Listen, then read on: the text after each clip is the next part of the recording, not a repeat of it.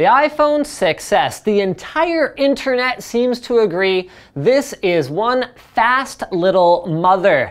And in fact, when the first performance results started to surface, we found articles like this cropping up all over the place saying that in Geekbench in particular, the iPhone 6s outperforms in some cases the 2015 MacBook. Certainly an impressive feat, but as we demonstrated in this video here where we water-cooled the 2015 MacBook, a part of the problem with the performance of that particular device is that it drastically thermal throttles, so you're not getting all of the performance that you should have out of it, which led my inquisitive mind to go, well, hold on a second. Is there potentially then even more performance under the hood of the iPhone 6s? What would happen if we were to water-cool it? Stay tuned.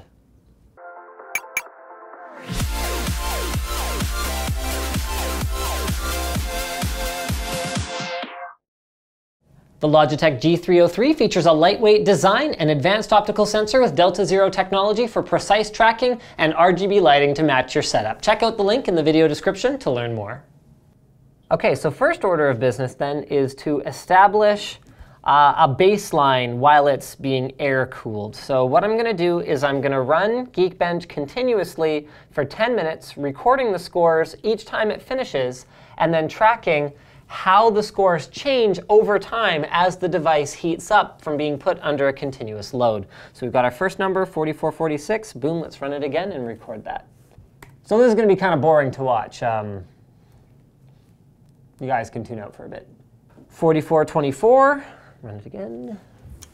So this is interesting. At a controlled room temperature of 24 degrees Celsius, the iPhone 6s does not throttle appreciably at all over a course of about 10 minutes. So yeah, this kind of makes the water cooling experiment a foregone conclusion, but what the hey, I'm gonna give it a shot anyway, so here goes.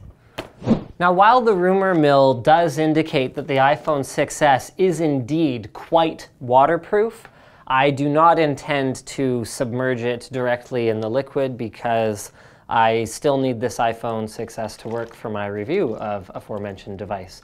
So I'm just going to be using an ice water bath to maintain it at the coolest possible temperatures, and then I will be putting the iPhone inside a bag and sealing it up. Be using my patented vacuum seal technique. Linus, your videos suck. Today they do.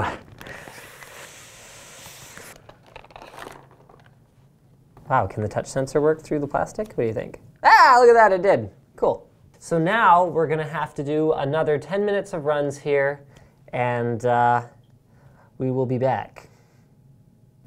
4443. 4443, holy shit, this is really consistent. 4 more runs, and then we are through our 10 minutes of testing.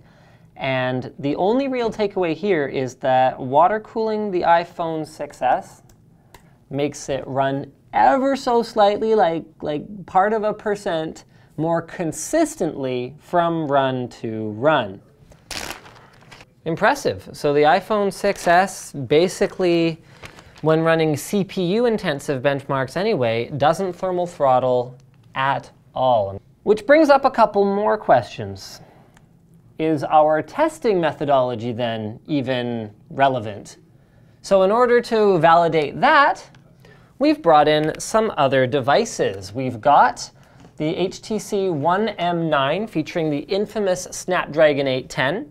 We've got the Samsung Galaxy S6 Edge featuring the Exynos 7420, and we've got the LG G4 featuring the Snapdragon 808. This should give us a good cross-section of other devices to compare the thermal throttling performance of the iPhone 6s against. I'm going to run these phones for 10 minutes and observe how their scores track over that period of time. This is going to take some pretty rapid data entry in order to achieve, but I think the Galaxy S6 Edge is going to come up first here. 5224. Okay, so as expected, the S6 Edge with the Exynos 7420 fell about 10 to 12% over time. Okay, we saw that coming. The G4 didn't thermal throttle at all and kept its performance extremely consistent across the board. But the One M9 was all over the map. Like all over the place. Like our first score was higher than any score I can find online anywhere for the One M9 in Geekbench. And then our later scores were way lower. So we're gonna do two things here. We're gonna rerun the One M9. I'm letting it get back to room temperature now. I'm not running anything. And we're gonna throw the ZTE Axon into the mix. Also a Snapdragon 810 powered device. So that'll give us two different data points for this and two separate devices for Snapdragon 810. Let's see how that goes. All right, so it's clear as mud now. The One M9 didn't go as high and didn't fall as low on the second run. And the Axon started out much lower and fell as low as the One M9 did on our first run, showing us, if nothing else, that the Snapdragon 810 is all over the fucking map as far as performance is concerned, which I guess isn't telling you guys anything you didn't already know if you've been keeping up with the fiasco that is the Snapdragon 810. Now, let's find out how everything fares in the ice water. So Brandon asked a great question off camera about our testing methodology here. Does having the phones next to each other affect the results of the benchmark because of the temperature of the water potentially changing? To which I replied, no, we should actually be fine because as long as there's still ice in the water, it will be, give or take a little bit, 0 degrees. So we're just gonna load it up with the 4 phones here and go ham. Oh, come on now. Everything just stop auto-rotating for like, oh, I guess I could turn it off. Okay, I think that one already, what? All our phones are in the ice water. So I'm gonna let them all cool down, be running nice and optimally cold, and then we will do another 10 minutes of benchmarks on all the phones in ice water. All right, the time is now 1:16. We have 4 water-cooled phones, and we are ready to go. Try not to get too excited. Okay, S6 Edge up first. 5522, wowza! Who's gonna be next? Looks like it's gonna be the M9. Wow, that's surprising. 3901, all right. 3510 for the G4. 3861. All right, well, we'll keep doing this for 10 minutes. 5413.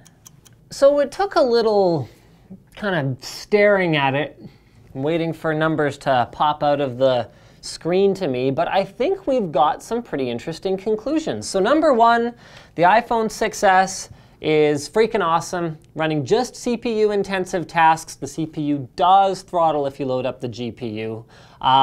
It basically doesn't throttle at all under air cooling. And what's cool, and I can't say this about every Snapdragon 808 device, but I can say it about the G4, is that it also gives 0 craps about whether it is air-cooled or whether it is in a bag surrounded by ice water. This puppy performs exactly the same under all scenarios for us.